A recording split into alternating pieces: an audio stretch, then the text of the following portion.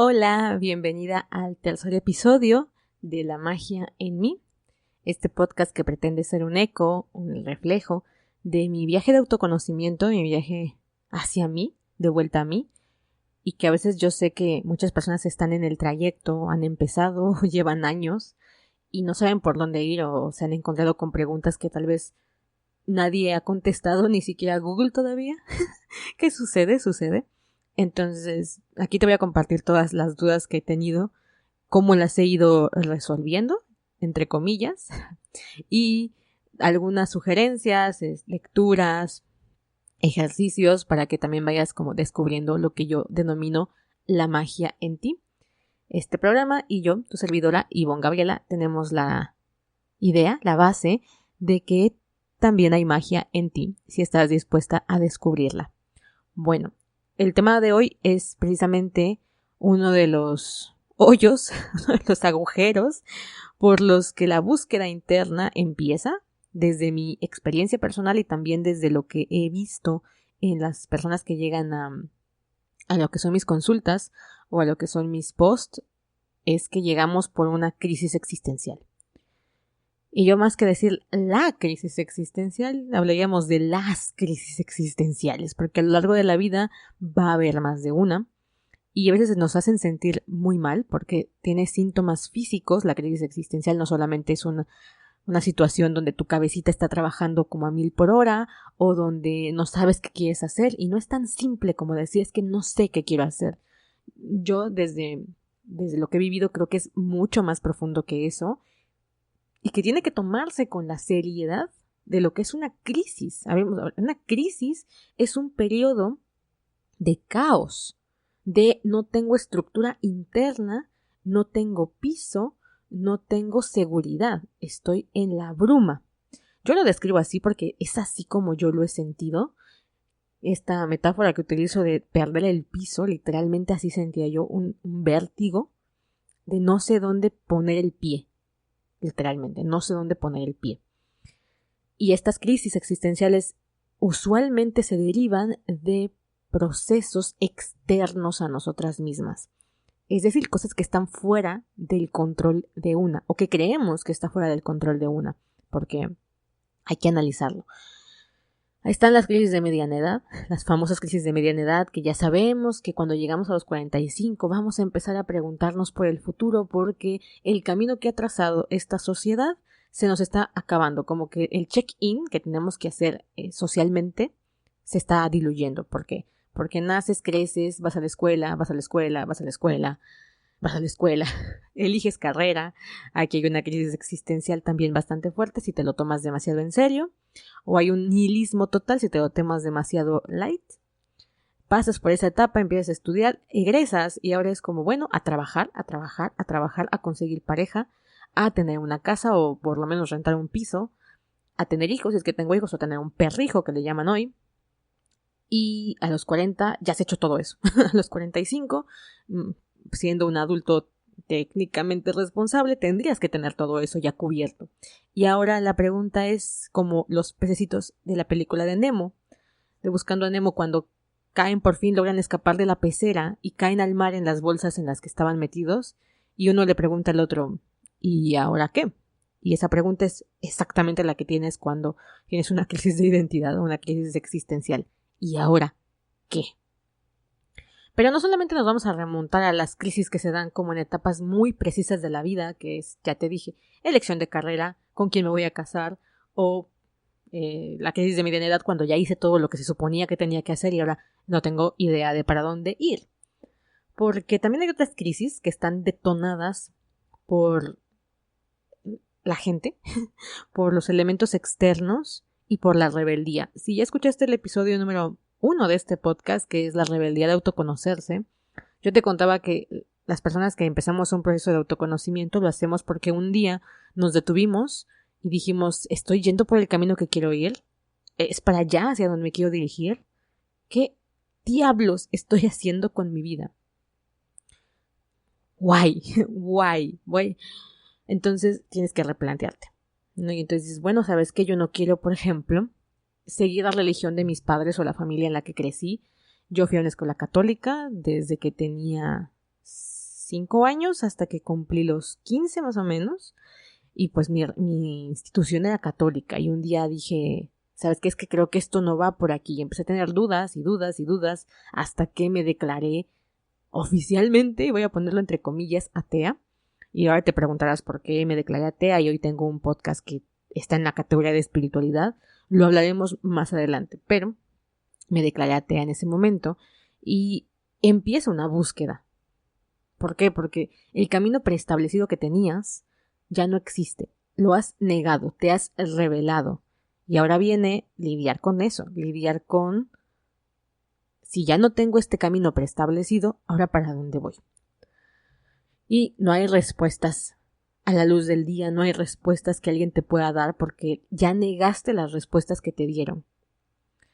Lo mismo sucede en el tema de pareja, que es un tema que trato muchísimo porque ha sido como fundamental en mi vida, y es que hay una cosa que llamamos narrativa amorosa, que no tiene nada que ver con el amor romántico. Este es un término que se utilizó en el 2011, que cuando comunicólogos, postdata o paréntesis, yo soy comunicóloga, estudié comunicología, por eso tengo noción de estos temas. Se hicieron algunos estudios, que se hicieron 3 o 4 estudios principales en los que se abordó qué es lo que pasaba con las parejas, con la comunicación en las parejas. Y el programa narrativo amoroso es el programa establecido por tu sociedad. Ya te dije, naces, creces, consigues pareja, pasan la etapa del enamoramiento, se comprometen, se casan, tienen hijitos, trabajan para los hijos, viene el periodo de crisis, están en que se divorcian o no se divorcian, siguen su vida y así. Y entonces era muy curioso porque empezaron a clasificar las parejas, ¿no? Entre las que seguían el programa narrativo, las que seguían lo que se supone que se tiene que hacer en la vida en pareja, y luego las que no, a las que les denominaron programa narrativo alternativo. Y la misma investigación decía, cada persona que traía una idea de un programa narrativo alternativo, en primera era más joven, ¿no? Los señores de 60 años a los que se les hizo este estudio, pues tenían la idea rígida de toda la vida. Y los jóvenes, que estoy hablando entre los 25 y los 45, ya venían con la idea de un proyecto diferente, pero no sabían cómo elaborarlo. No tenían ni la más mínima idea.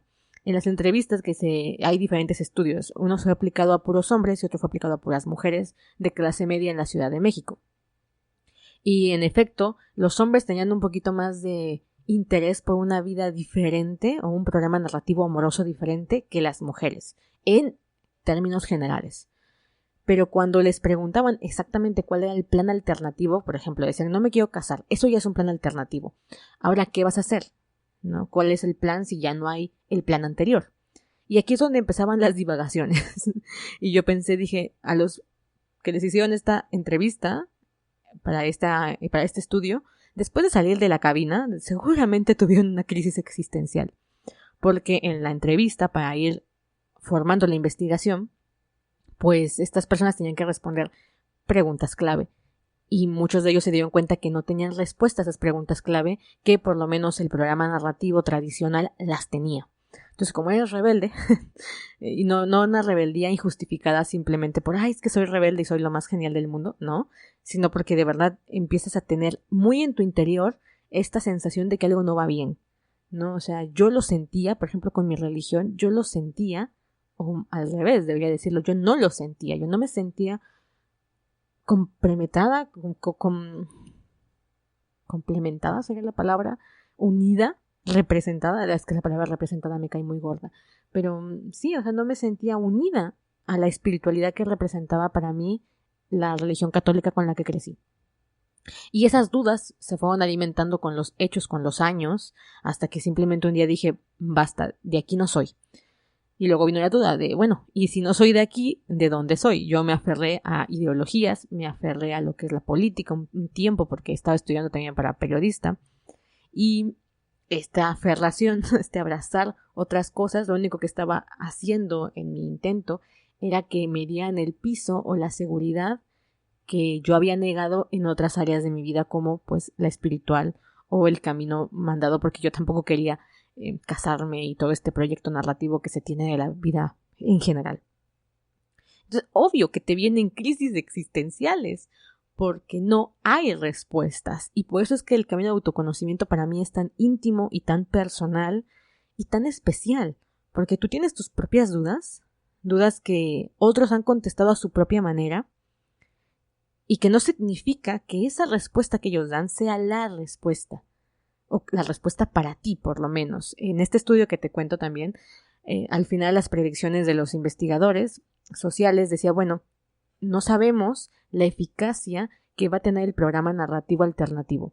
En las entrevistas sí se daban cuenta que había parejas que fracasaban siguiendo el programa narrativo tradicional, que se divorciaban, que iban por su tercer matrimonio, o que las cosas simplemente no habían salido como ellos esperaban o vivían en matrimonios infelices, pero también había un alto porcentaje, casi el 50% de entrevistados y entrevistadas, que decían que les había ido bien. Decían que les había ido muy bien, señores de 60 o mujeres de 60 y pico de años, ya hasta viudas, y que podían dar fe y testigo de que su programa narrativo tradicional les había funcionado y eran felices. Punto. Para mí, cuando lo leí en ese momento, estamos hablando del 2012, que fue cuando se publicó, pues yo sí quedé como choqueada porque para mí el matrimonio estaba muerto, la institución del matrimonio tradicional estaba muerta. Entonces, encontrar que en una investigación había un altísimo porcentaje de gente que reflejaba éxito, con lo que quieras que venga para ti con esa palabra, en su matrimonio tradicional, yo decía, no puede ser. Y lo intentaba justificar desde la ideología a la que yo me había casado, que en ese momento fue el feminismo radical. Y yo decía, no, seguramente eran mujeres sumisas, seguramente eran mujeres que no habían despertado del patriarcado y por tanto no veían todos los problemas. No, quién sabe cuántas cosas tuvieron que haber aguantado para poder llegar a decir que era un matrimonio exitoso, y depende que quieras tú pensar que es exitoso, y yo siempre con preguntas y preguntas, ¿no?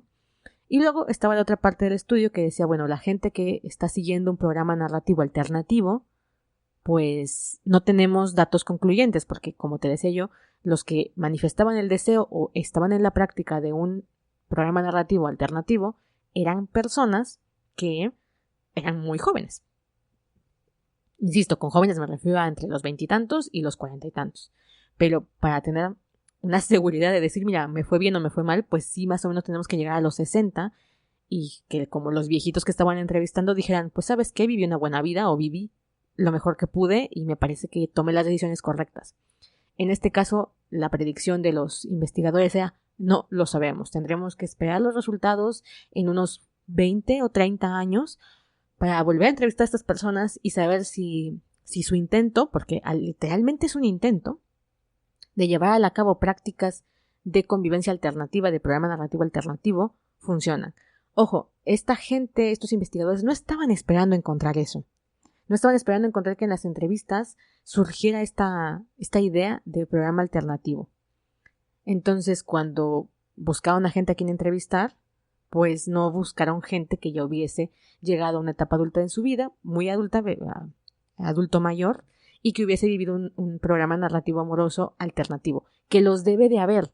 No sé, yo creo que desde los años 60 mucha gente se preocupó por tener una vida alternativa. El caso es que en esta investigación por lo menos pues no se abordó a esa gente y queda la duda de lo vivieron felices, lo vivieron infelices, cómo les fue. Y ese es el miedo. Yo estaba leyendo esa investigación, te juro, yo decía exactamente ese es el miedo que creo que todos tenemos cuando nos rebelamos contra el establishment, contra el status quo, y decimos voy a hacer mi propio camino de la forma en la que yo crea conveniente. El problema es que crees conveniente. Y ahí es donde empiezas a buscar, porque no te va a quedar de otra más que buscar. Y una de las cosas que también no te va a quedar de otra es probar, caer. Porque al no haber respuestas, tienes que ir encontrando las cosas que te van acomodando. Yo, por ejemplo, esa es una de mis peleas con muchas de las personas que se dedican al desarrollo personal y al autoconocimiento, que es, yo encontré la técnica perfecta, ideal, y esta es la mera buena, cuando esa respuesta, esa mera buena, es para él. O sea, a esa persona le funcionó esa respuesta y bien por él, olé. Pero no me puedes garantizar que esa respuesta tuya es la respuesta que yo necesito. Y a mí sí me sucedía muchísimo porque era una constante frustración. Yo creo que la gente debería decir, mira, a mí me funcionó, ¿qué es lo que yo hago? A mí me funcionó esto, para mí por aquí estuvo mi camino, Y ahora te lo quiero compartir a ti y que tú creas o veas o revises si también es tu camino. Eso me pasó cuando descubrí la magia. Para mí eso fue, creo que una de las cosas que hicieron que me quedase ahí, porque mi maestra en ese momento me dijo, primero prueba. No puedes saber si quieres un camino espiritual por aquí sin haber hecho la prueba. Y yo no te voy a decir que es para ti, de hecho creo que no es para todo el mundo, me decía. Y yo pienso que lo mismo va por el autoconocimiento y el amor propio, o sea, la forma de llegar a ello. No digo que el autoconocimiento o el amor propio sea para unos cuantos, no. Creo que eso sí es como vital para todo ser humano, pero la forma en la que tú llegues ahí, tienes que probarla y revisarla y analizarla y sentirla. Ahora considero con muchísima énfasis la parte de sentirlo y de creerlo, ¿no? Entonces, cuando tú encuentras tu herramienta o tu forma o tus sensaciones, ahora sí lo haces tuyo y empiezas a dejar de vivir en el mundo externo. Como yo te decía, la crisis existencial, una de las tantas crisis existenciales que tendrás, estuvo detonada por lo externo, por una crisis que estuvo más allá de ti, de tu límite, de tu persona.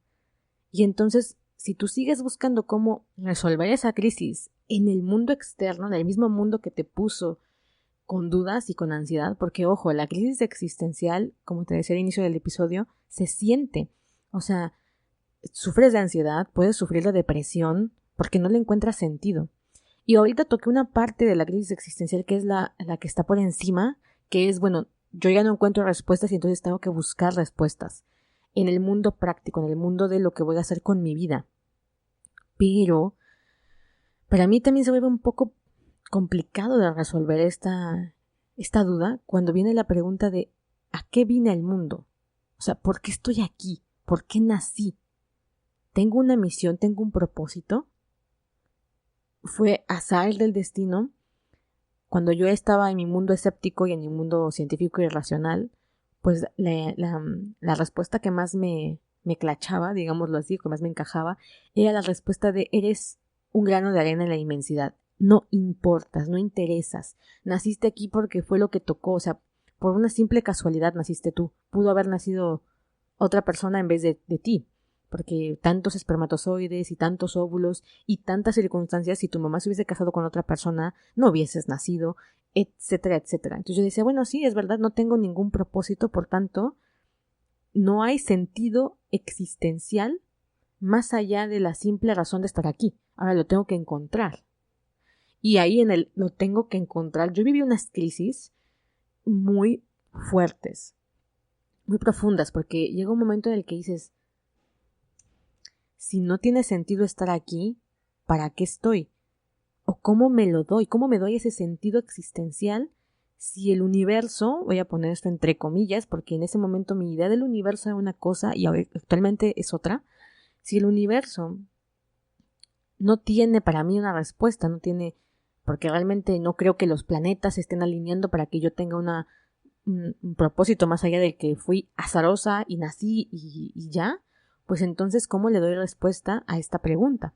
Sin caer, en ese momento yo decía, sin caer en el romanticismo o en el idealismo o en el autoengaño de decir, bueno, es que yo tengo un propósito trascendental y tengo que encontrarlo y las estrellas me lo van a decir, ¿no? Por los que creemos en la astrología hoy en día. Bueno, yo en ese tiempo no creía y por tanto mucho menos iba yo a pensar que las estrellas tenían un propósito para mí o respuestas para mí. No, nunca, never. Entonces es, bueno, ahora ¿cómo me lo doy? ¿Y cómo me lo voy a dar? Esta es la paradoja. ¿Cómo me voy a dar una importancia trascendental o existencial que sustente mi vida, que me vuelva a dar el piso que necesito? Si al mismo tiempo creo que soy innecesaria en la vida porque nací por azar, porque estoy aquí por una simple conjetura de casualidades y mi existencia realmente es vacía. Si alguna vez han visto Rick y Morty, que es una serie que surgió hace unos años y tuvo muchísimo éxito por este cinismo del protagonista que es el inventor, el científico Rick. Y hay una escena que me gusta muchísimo porque él dice, no somos importantes para nadie ni para nada, somos nada en el universo, no somos el centro de absolutamente nada. El mundo va a seguir girando, el mundo va a seguir existiendo y tú puedes ser reemplazado en cualquier momento. Te vas a morir hoy y no va a pasar absolutamente nada. Esa es una idea que tiene mucho la ciencia, porque en efecto, voy a ponerlo entre comillas, Si tú mueres, no va a pasar nada en el mundo. O sea, el mundo va a continuar, las estrellas seguirán muriendo, el sol va a seguir girando y la tierra seguirá girando. Entonces, ¿cómo puedes darte un sentido existencial, trascendental, que te dé sustento, si al mismo tiempo crees que eso no existe, si al mismo tiempo crees que no eres nada? Y ahí es donde de verdad creo que es una de las respuestas o de las preguntas, más bien dicho, que nos ponen en jaque constantemente contra la vida.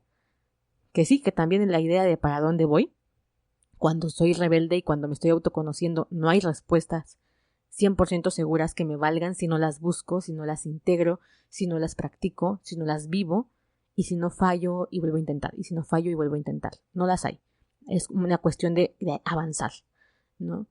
Pero también está luego esta otra pregunta que yo por más que buscaba y buscaba no encontraba respuesta a la paradoja en la que yo solita me había metido. Entonces, bien, llegando a este final de episodio, lo que quiero decir con la crisis existencial es que es de las mejores cosas que te pueden pasar. En primera, si tienes una crisis existencial, o sea, las tienes constantemente y con todo lo que eso conlleva, ansiedad, depresión, estrés, tómalo como una puerta al autoconocimiento. Tómalo como una puerta a decir, mira, hay algo en lo que debo trabajar. Porque, insisto, la crisis existencial está detonada por un factor externo. Si es tu pareja, puedes empezar a abordar el tema del amor propio, puedes empezar a abordar el tema de tu madre, las relaciones con tu padre, de todo lo que va para atrás en esa línea. Si es el trabajo, el propósito, la ayuda o para qué viniste al mundo, bueno, ahí tienes otro camino que recorrer. Y ahí hay muchísimas cosas externas que nos pueden abrir puertas internas. Yo así lo veo.